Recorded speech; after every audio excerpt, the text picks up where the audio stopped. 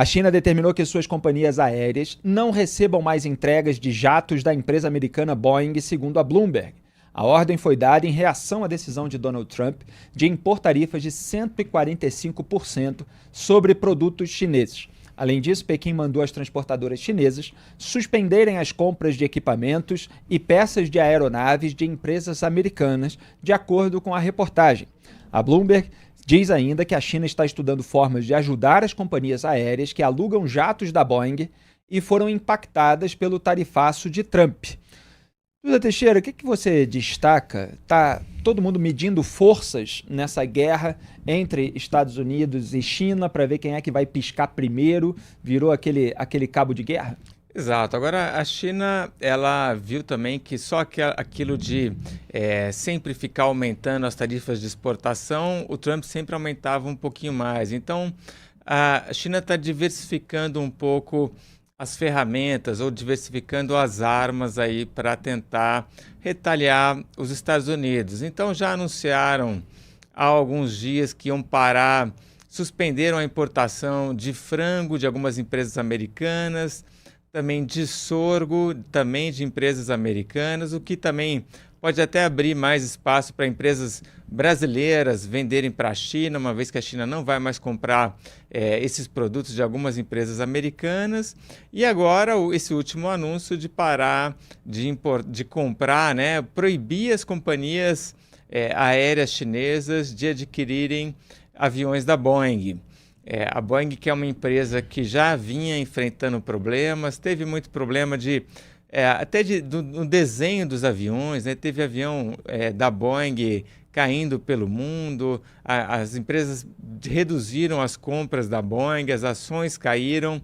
Então, é uma empresa que já vinha com vários problemas e agora mais esse anúncio, então, da China, que prejudica a Boeing, mas também prejudica os Estados Unidos como um todo, né? É uma grande empresa, enorme empresa, emprega muita gente e que também tem muito contrato com o sistema de defesa americano, né? De produção de aviões, de vários tipos. Então, é um recurso que a China está usando aí, meio que diversificando as armas para tentar fazer frente a essa guerra tarifária do Donald Trump, mas de uma maneira que seja mais difícil daí do Trump conseguir dar uma resposta, né?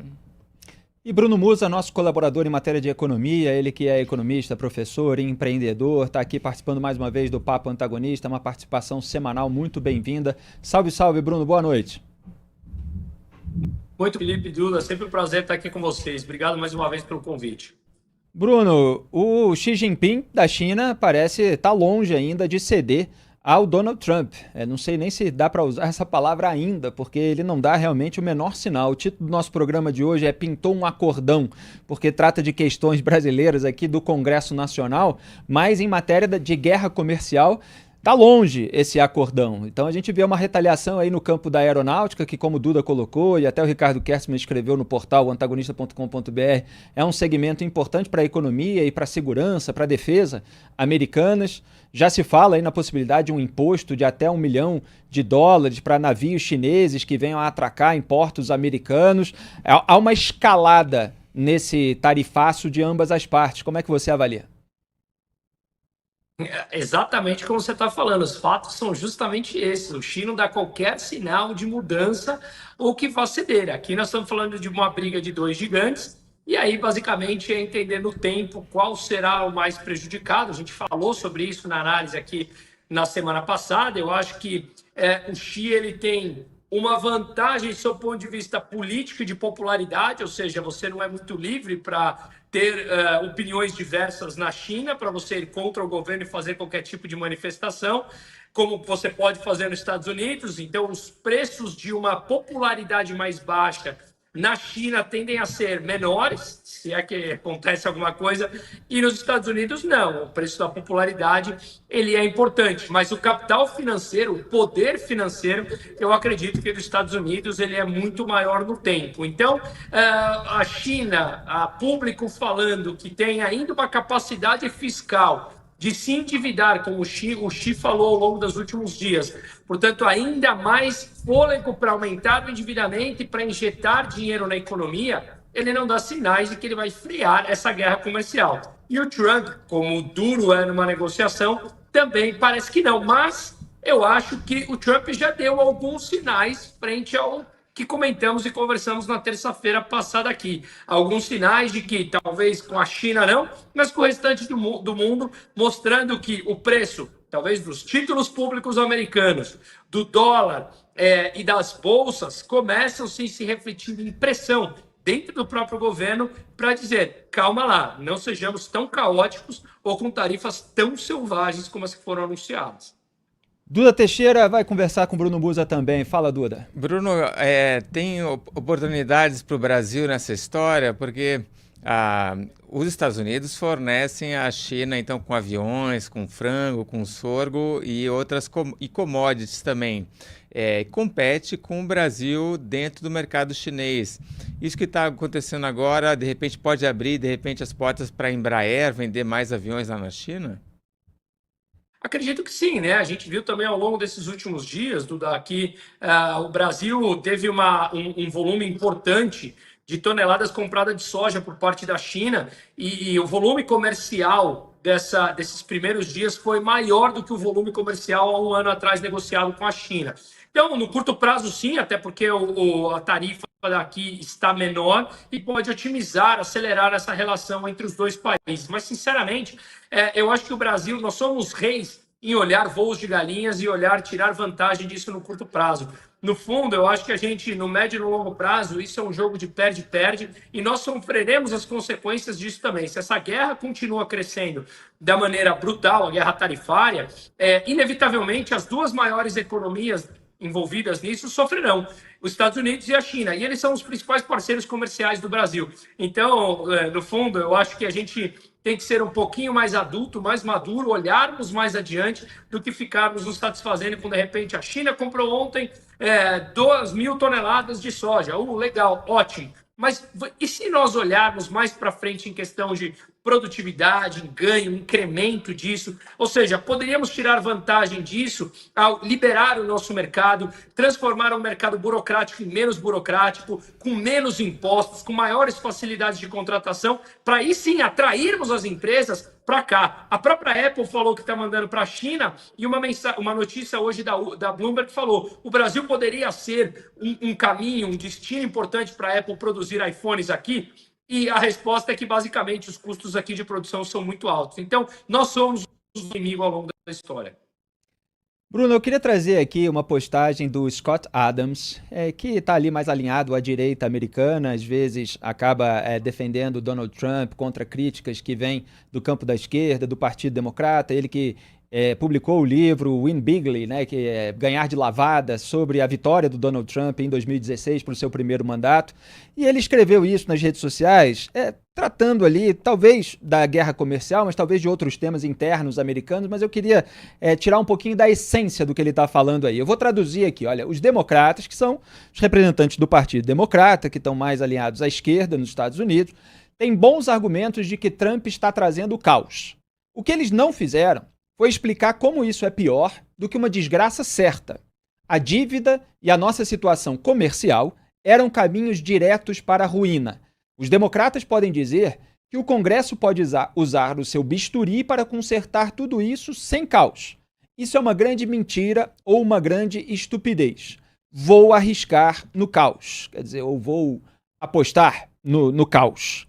Eu tenho a impressão, Bruno, que tem gente nos Estados Unidos, inclusive pessoas influentes no debate público, que estão um tanto cansadas da situação que os Estados Unidos ficaram em relação aos acordos, em relação a questões de dívida, etc. E mesmo não tendo certeza sobre o resultado das medidas drásticas de Donald Trump, estão dando, vamos dizer assim, um benefício da dúvida. Vamos ver por esse caminho o que acontece? O que você acha disso? Eu vou bastante nessa linha. Nós estamos vivendo um momento de extrema polarização. Eu não estou falando aqui no Brasil, só no mundo, e também não acho que isso tem que ser ruim. É um momento da história que faz parte para a evolução e amadurecimento do nosso posicionamento político, econômico e etc., né?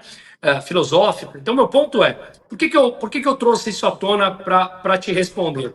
Porque eu percebi que eu fiz uma série de 5 vídeos ali no meu canal e muitas pessoas, todo mundo que me acompanha sabe que eu tenho um posicionamento aliado à Escola Austríaca de Economia, que é totalmente liberal-libertária.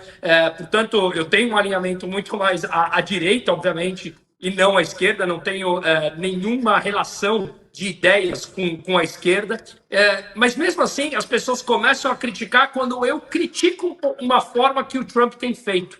É como se você não pudesse criticar uma pessoa que está no teu espectro político. Se nós somos capazes de nos criticarmos, como é que eu não posso criticar alguém que está fazendo ações que vão contra as ideias que nós pregamos nesse campo político, ideológico e econômico como um todo? E aí eu acho que a resposta vai mais ou menos nessa linha, né? Então, quando o Scott Adams faz esse tweet, que ele prefere o caos, ok, devemos entender que o Trump pode ter e deve ter alguma sinalização mais profunda de mudança, como nós falamos na semana passada, talvez de ordem monetária, de ordem de política doméstica, de ordem geopolítica, mas é importante entender que a forma como está sendo feita até o momento tem sido caótica. O mercado já deteriorou em valor, o custo da dívida dos Estados Unidos subiu, os títulos públicos americanos, o rendimento dele subiu, significa que os Estados Unidos têm um custo maior para refinanciar a sua dívida do que tinha antes do dia da libertação, e isso, obviamente, complica em um ano onde 9 trilhões, 25% da dívida americana, vence esse ano e eles precisam rolar essa dívida. Então, o que nós estamos vendo é que, até o momento, esses custos financeiros têm sido altíssimos. E aí a pressão começa a crescer. Então, eu acho que faz sim a gente pensar num remanejamento, numa mudança de ordem. Eu estive lá nas eleições produzindo um documentário. Claramente, entre um e outro, eu apoiei o Trump e não a Kamala Harris, mas a gente tem que entender que a forma como está sendo feita agora é uma forma caótica que traz instabilidade e falta de previsibilidade.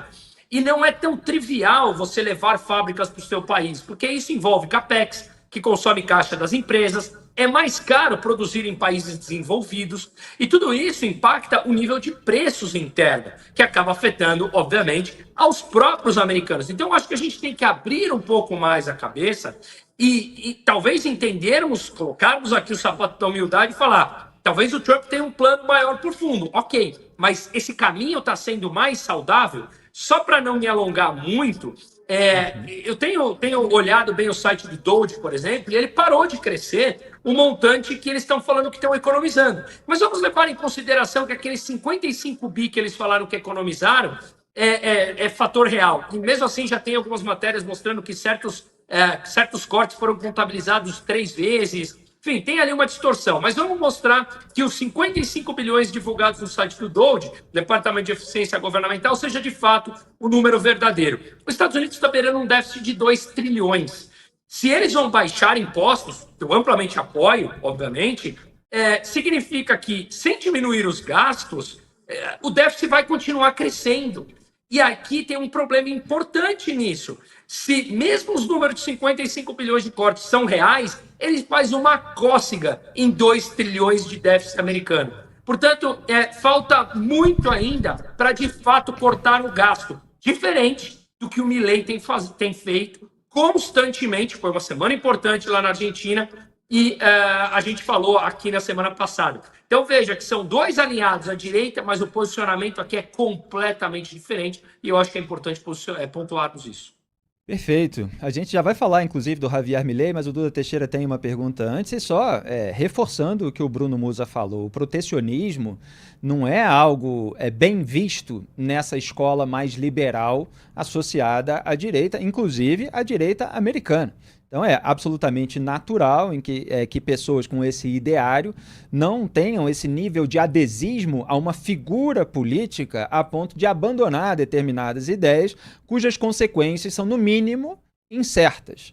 E que é mais ou menos o que a gente está vendo agora, mas também com um certo caos. Duda Teixeira. Eu queria só comentar esse tweet do Scott Adams, aí a partir do comentário do Bruno Musa, quer dizer, mesmo que a gente tenha alguns poucos dias de caos e de repente na semana que vem tudo se resolva, esses dias de caos já tiveram um custo alto para a economia americana, certo? Os investimentos foram cancelados, o consumidor já está ressabiado, vai gastar menos, os juros das dívidas aumentaram. E aí eu acho que isso também acontece muito pelo próprio comportamento do Donald Trump, que nunca foi um cara reformista, né? Nunca foi um conservador, um cara ali que aposta na prudência, né? Ele sempre foi um revolucionário, né? Tem esse discurso contra a elite, contra os inimigos, né? Sempre quis fazer a coisa de uma maneira estabanada, às vezes até meio amalucada. E aí tem um custo que todos os americanos, no fundo, todo mundo acaba pagando.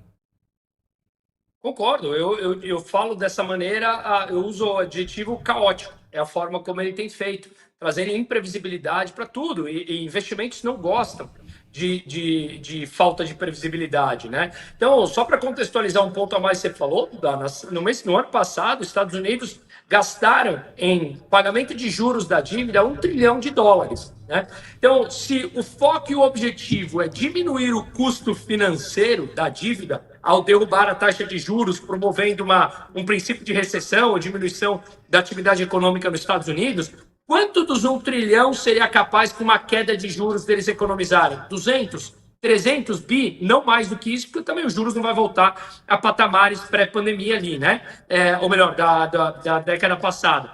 Significa que nós perdemos ali 8, 9 trilhões em valor de mercado. Os títulos da dívida tiveram os juros com valores mais altos para economizar quanto? 100, 200, 300, 400 bilhões de juros. Essa desproporção, esse gerenciamento de risco não me parece que está surtindo muito efeito. E a Argentina encerrou o controle do câmbio, conhecido como cepo, na segunda-feira 14. A decisão do governo de Javier Milei deu fim à medida que limitava a compra de dólares, implementada nas gestões dos peronistas Cristina Kirchner e Alberto Fernandes. O ministro da Desregulação e Transformação do Estado publicou no X uma foto de uma corrente que se rompe e escreveu o seguinte texto ontem, aspas, qualquer agenda de desregulamentação estaria incompleta até que os controles da taxa de câmbio fossem suspensos. É por isso que hoje é um dia de celebração no Ministério de Desregulação e Transformação do Estado. Isso nos permite iniciar o processo de eliminação das regulamentações associadas a esse instrumento. Hoje é um dia para celebrar a liberdade graças a Milei, Luiz Caputo e sua equipe no Ministério da Economia, Santiago Balzilli e sua equipe no Banco Central. A liberdade nunca deve ser temida. Viva la libertad! Carajo, né? Que é como eles dizem, aqui eu tenho que ler o que ele escreveu. Às vezes sai um palavrão aí na turma do Milei. Bruno Musa, qual é a sua avaliação sobre essa decisão do governo Milei? Você que estava fazendo aí uma comparação com a política americana de Donald Trump. Bom, eu detalhei hoje no vídeo que está lá meu, mostrando esses detalhes de tudo isso, porque realmente foi um passo extremamente importante.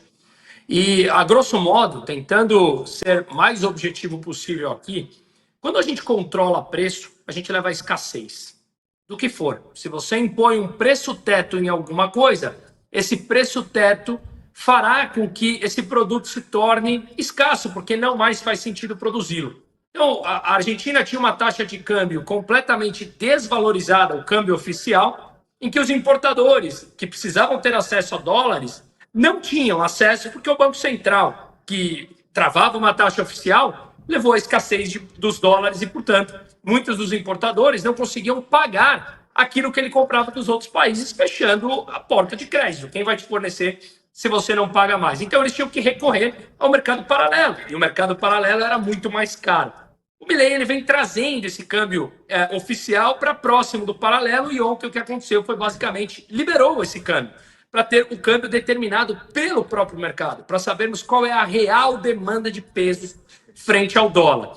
E, a grosso modo, se nós pegarmos toda a base monetária da Argentina, que ele chamou de base monetária ampla, ampliada, né? Aqui em espanhol, amplia, a base monetária ampliada são 47 bilhões de pesos. Tá?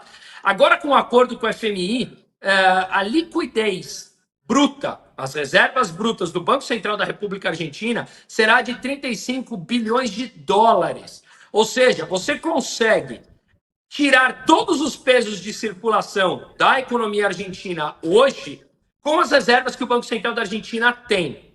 Significa que você consegue dolarizar a economia, que é um dos objetivos do Milei, uma das promessas, acabar com o Banco Central, numa taxa entre $1, 1.000 pesos, e $1, 1.400 pesos. Então, agora, esse câmbio liberado, ele oscila entre 1.000 e 1.400. Se cai abaixo de 1.000, o Banco Central argentino entra comprando dólares e vendendo pesos. Se passa de 1.400, ele entra comprando pesos e vendendo dólares para manter nessa banda entre 1.000 e 1.400 até o momento. E o interessante foi que ontem é natural que o peso tenha tido uma desvalorização, porque estava lá na casa dos 1.100, foi para a casa dos 1.250 tal. É natural essa desvalorização, porque ele ainda tinha uma cotação controlada, oficial, mais próximo do real já, né? Mas ainda controlada. Ele fez esse ajuste de mercado ontem. Se nós olharmos hoje, a gente vê que o peso se manteve ali no 1.248, longe da banda dos 1.400, mostrando que o mercado não está disposto a desvalorizar o peso. Ou seja, há uma demanda real de preços dentro dessa banda de 1.000 a 1.400. Portanto, foi um dia histórico depois de tantos anos de controle cambial que a gente viu na Argentina, viveu aqui no Brasil e tantos outros países. Sabemos que nunca, nem na teoria, nem na prática, deu certo. Um baita de um avanço na Argentina essa semana. Aliás, só ler aqui mais uma declaração do presidente argentino Javier Milei. Ele prometeu por fim a incerteza inflacionária. Ele disse o seguinte, abro aspas, vamos restaurar o patrimônio do Banco Central e acabar com a inflação. Pela primeira vez na história, a Argentina tem suas contas em ordem.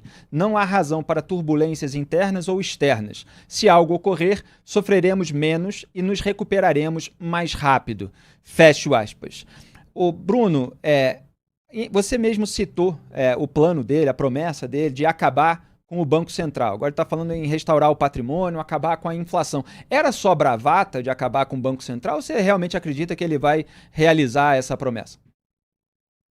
Olha, ele até o momento não deu nenhum sinal de mudança de ideia. Todos os fatos que ele vem no discurso dele e na prática é em direção a acabar com o Banco Central. Não sabemos se isso realmente se concretizará. Mas, de novo, volto nesse cálculo. Ele já tem quantidade suficiente para dolarizar a economia em reserva do Banco Central na taxa que está sendo, nessa banda estipulada entre 1.000 e 1.400.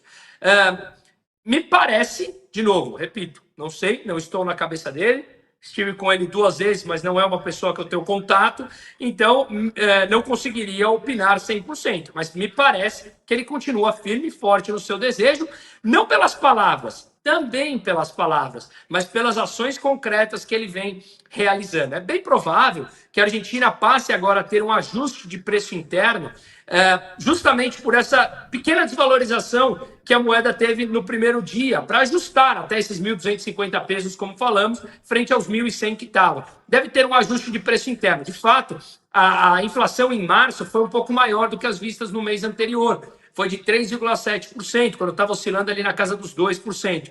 É normal esse ajuste de preço, porque o câmbio ainda estava segurado, estava contido, né? Agora, o que acontece é muito diferente do que ter uma dinâmica inflacionária, que é o que existia antes. Então, tudo isso traz um cenário positivo. Tem um dado importante, só para contextualizar aqui, que eu falei num vídeo hoje, que é o seguinte: quando o Milei assumiu, a taxa de juros nominal na Argentina era de 133% ao ano e não havia demanda para comprar títulos, mesmo ganhando 133% ao ano, hein? Não havia investidor disposto a comprar, tanto é que quem monetizava a dívida era o próprio Banco Central, através da impressão da moeda, e isso ocasionou a inflação.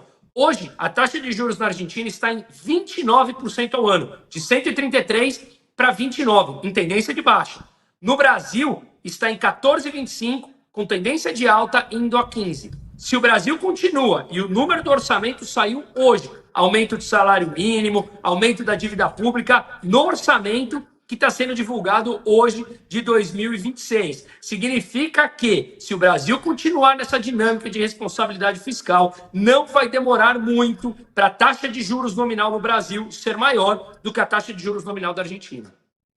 Maravilha. Aliás, o nosso colaborador também no portal antagonista.com.br, Pedro Kazan, publicou um artigo, foi em 3 de fevereiro, e naquela ocasião o título ficou: a Argentina reduz taxa de juros de 126% para 29% com Milei. Estão lá os dados que ele utilizou para quem quiser avaliar. Última consideração, Duda Teixeira, para a gente liberar o Bruno e passar aqui para as tretas do Congresso Nacional Brasileiro.